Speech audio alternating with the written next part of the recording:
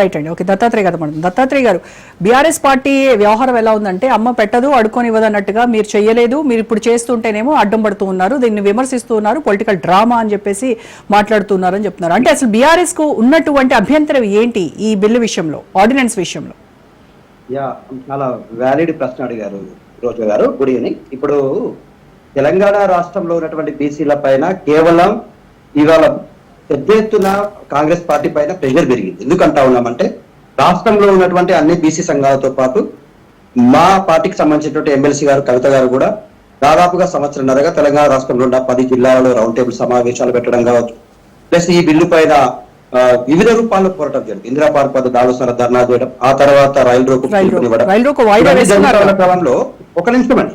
ఇప్పుడు రాష్ట్ర ప్రభుత్వం ఏదైతే కాంగ్రెస్ ప్రభుత్వం ఏదైతే ఉందో తమ మీద ఉన్నటువంటి బరువును దులుపుకునేటువంటి ప్రయత్నం చేస్తా ఉన్నాం. ఎందుకు మేము ఇంత కుండబద్దలు కొట్టి ఇది చెల్లుబాటు కాదు, ఇది అమలు కాదు, ఒకవేళ ఎవరైనా కోర్టుకు వెళ్తే ఖచ్చితంగా ఇది కోర్టు తీర్పులకు లోబడి ఉంటది, కోర్టు కొట్టేసేటువంటి సందర్భాలు చాలా సార్లు ఉన్నాయి. తమిళనాడులో 1990s లో 3 times ఇదే అంశాలపైన కోర్టుకు వెళ్ళినప్పుడు కోర్టు ఆర్డినెన్స్లన్నింటినీ కూడా కొట్టేయడం వల్ల జయలలిత గారు తర్వాత ప్రధానమంత్రి గారి దగ్గరికి వెళ్ళి అప్పుడు ఉన్నటువంటి రాజకీయ పరిస్థితులను అనుకూలంగా మార్చుకుని 9th షెడ్యూల్ లో చేర్చుకుని వాళ్ళని కాపాడుకునే ప్రయత్నం చేస్తా ఉన్నారు. ఈవెన్ దో 9th షెడ్యూల్ లో ఉన్నప్పటికీ 9th షెడ్యూల్ కూడా కోర్టు పరిధిలోనే ఉంది, కోర్టు పరిధిలోకే వస్తుందని చాలా తీర్పులు ఇప్పటికీ అది కోర్టులో పెండింగ్ లో ఉంది.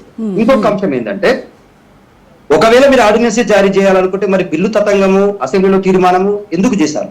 వాస్తవానికి ఈ బిల్లు అసెంబ్లీలో తీర్మానం చేయడం అనేటువంటిది రాజ్యాంగానికి విరుద్ధం. ఒక బిల్లు పాస్ చేసిన తర్వాత అసెంబ్లీలో తీర్మానం అయిన తర్వాత ఆర్డినెన్స్ జారీ చేయడం అనేటువంటిది చెల్లుబాటు కాదు. రెండో అంశం, ఈ 2 అంశాలు మనం దృష్టిలో పెట్టుకుంటే కాంగ్రెస్ పార్టీకి బీసీల పైన ఎంత చిత్తశుద్ధి ఉంది అనేటువంటిది కుండబద్దలు కొట్టినట్టుగా అర్థమైపోతా ఉంది.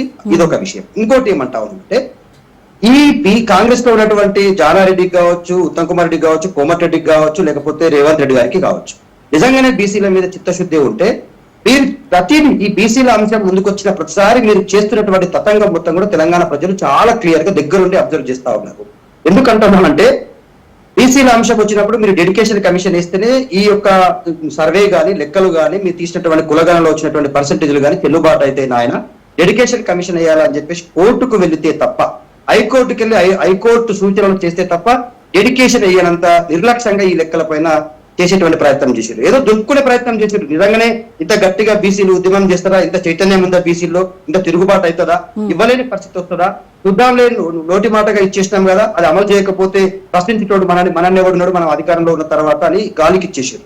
కానీ తెలంగాణ రాష్ట్రంలో ఉన్నటువంటి బీసీ కుల సంఘాలు కానీ, బీసీ నాయకులు కానీ, వివిధ ప్రతిపక్షాల పార్టీలు కానీ ఇంత పెద్ద ఎత్తున ప్రశ్నిస్తున్నారు కాబట్టి వాళ్ళ ముందు నుంచి వెనుకపోయేలాంటి పరిస్థితి కాంగ్రెస్ పార్టీకి ఏర్పాటైంది. ఇంకొక విషయం ఏంటంటే రోజా గారు, బీజేపీ పార్టీ ఏమో అసలు బిల్లు అంశాన్ని ఇప్పటి వరకు ప్రస్తావించే ప్రయత్నం చేయదు. కాంగ్రెస్ పార్టీ ఏమో ఈ బిల్లు విషయంలో మేము ఢిల్లీలో ధర్నా చేసినాం, ఒక అనుకూలమైనటువంటి సంఘంతో ధర్నా పెట్టించి అక్కడ ముఖ్యమంత్రి గారు కూడా ఆ సంఘాన్ని అక్కడికి వెళ్లకుండానే ధర్నా పెట్టించి మాట్లాడి తూతూ మంత్రంగా మేము బీజేపీ ప్రశ్నించడం, జంతర్ మంత్ర వద్ద ధర్నా చేసినాం, ఇక అయిపోయింది మాదేం లేదన్నట్టుగా వ్యవహరించే ప్రయత్నం చేశారు. కానీ బలమైనటువంటి ప్రతిపక్షంగా బీఆర్ఎస్ పార్టీగా మేము ముందు చెప్తూనే ఉన్నాం, బీసీల సమస్య 50% స్లాబ్ అనేటువంటిది చాలా ప్రమాదకరమైన అంశాల్లో ఉంది అని వీళ్ళు చెప్తా ఉన్నారు కదా. బీజేపీ నాయకులకు తెలియదండి ఈడబ్ల్యూఎస్ రిజర్వేషన్ల అంశంలో 50% స్లాబ్ ఆల్రెడీ తెలంగాణ రాష్ట్రంలో దాటిపోయింది.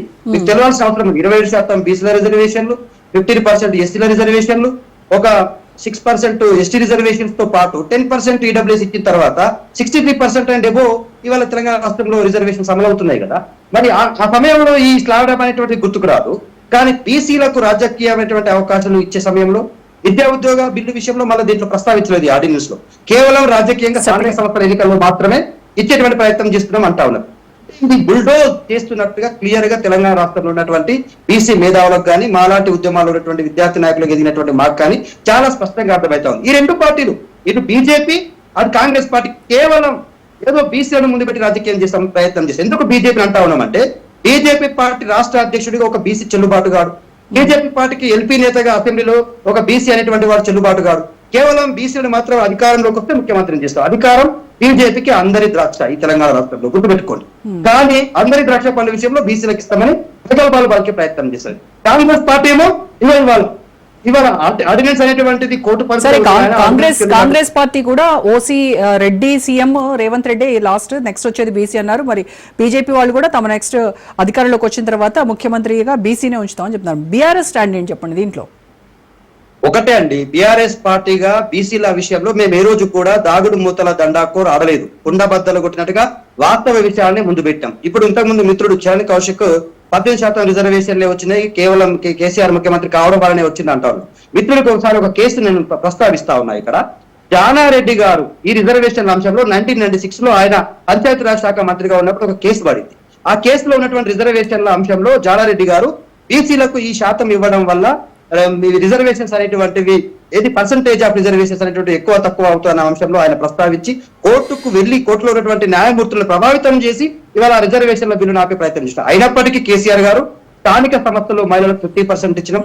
అలాగే అందులో అవకాశం ఉన్న ప్రతి దగ్గర బీసీలకు అవకాశాలు కల్పించినాం. 58% ఆఫ్ ద బీసీ కొత్త నాయకులకు చైర్మన్స్ గా మేము ప్రమోట్ చేసుకున్నాం. 8 మందిని బీసీలను ఎమ్మెల్సీలుగా చేసుకున్నాం. 4 రాజ్యసభకు పంపుకున్నాం. ఒక తొలి స్పీకర్ గా ఒక బీసీకి అవకాశం ఇచ్చినాం. ఒక కౌన్సిల్ చైర్మన్ గా ఒక బీసీకి అవకాశం ఇచ్చినాం. సో ఇవాళ ఎట్ ప్రెసెంట్ ఇప్పుడు కౌన్సిల్ లో చైర్మన్ గా కూడా ఒక బండ ప్రకాశ్ ముద్రాజ్ ఒక బీసీని పెట్టుకున్నాం. బీసీల విషయంలో ఏ రోజు కూడా బీఆర్ఎస్ పార్టీ వెనక అడుగు వేయలేదు.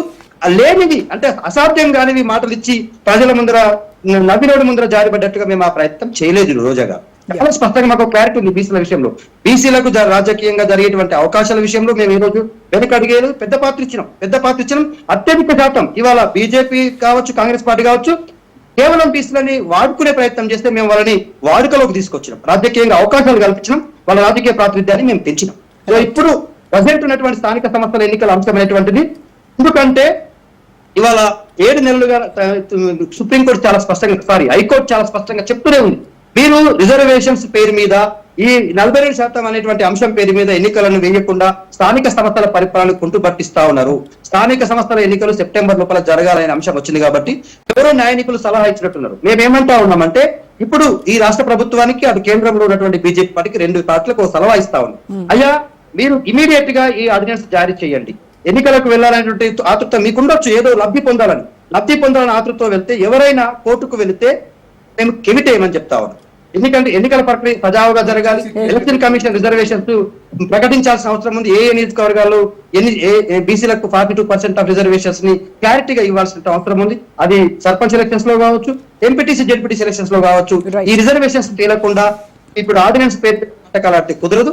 ఖచ్చితంగా గవర్నర్ గారు ఆర్డినెన్స్ ని ఆమోదించి ఎలక్షన్ కమిషన్ కు పంపమని చెప్తా ఉన్నాం. అది పంపే క్రమంలో బీజేపీ పార్టీగా అయిపోయింది కదా, కాంగ్రెస్ పార్టీని మనము రోడ్డు మీద నిలబెట్టి బట్టలు ఉడదీసి రాజకీయంగా వాడుకుందాం, కోతికి కొబ్బరికాయ చిక్కినట్టుగా చేద్దామని బీజేపీ వేసి చూసే దూరం చేయకుండా బీజేపీకి నిజంగానే చిత్తశుద్ధి ఉంటే మా 8 మంది ఎంపీలు మీ ప్రభుత్వాన్ని నిలబెడుతున్నారు కాబట్టి తెలంగాణ ప్రజల పక్షాన మేము బీజేపీ పార్టీని రిక్వెస్ట్ చేస్తా ఉన్నాం. అయ్యా బీసీలకు రాజకీయ అవకాశాలు వచ్చిన ప్రతిసారి మీరు దాట వేసే దూరం చేయకండి. మీరు నిజంగానే చిత్తశుద్ధి ఉంటే, బీసీల పైన ప్రేమ ఉంటే ఖచ్చితంగా ఇవాళ మీరు ఈ ఆర్డినెన్స్ అమలు అయ్యే లోపే మీరు ఆ బిల్లును తిరిగి రాష్ట్రపతి నుంచి ఆమోదించి తెలంగాణ రాష్ట్రానికి పంపాల్సిన అవసరం ఉంది. ఎందుకంటే దశాబ్ద కాలంగా రోజా గారు నష్టపోతూనే ఉన్న మీ వర్గాలు రాజకీయ అవకాశాలు వచ్చిన ప్రతిసారి ఒక జాగారెడ్డి అడ్డుపడతారు, ఇంకో రెడ్డి అడ్డుపడతారు, లేదంటే వేరే వాళ్ళతో కేసులు ఎక్కించే ప్రయత్నం చేస్తారు. మేము ఇక్కడ అక్కడ కాంగ్రెస్ పార్టీలో ఉన్నటువంటి చరణ్ లాంటి వాళ్ళు కావచ్చు, బీఆర్ఎస్ పార్టీలో ఉన్నటువంటి దత్తాత్రేయ లాంటి వారు కావచ్చు, మిగతా పార్టీలో ఉన్న బీసీ నాయకులు ఇవాళ రాజ్యాంగం తెచ్చిన వాళ్ళుగా మేము సుప్రీంకోర్టులో న్యాయ సమక్షంలో వెళ్ళినటువంటి కేసుల రిఫరెన్స్ ను చదివిన వాళ్ళగా మాకు తెలుసు ఎట్లా చేస్తే పరిష్కారం అవుతుందో. మాకు కూడా అవకాశాలు ఇవ్వాల్సిన అవసరం ఉంది. మా వాయిస్ కు గౌరవం ఇచ్చి కాపాడాల్సిన అవసరం ఈ 2 పార్టీల వద్ద ఉందని రిక్వెస్ట్ చేస్తాం.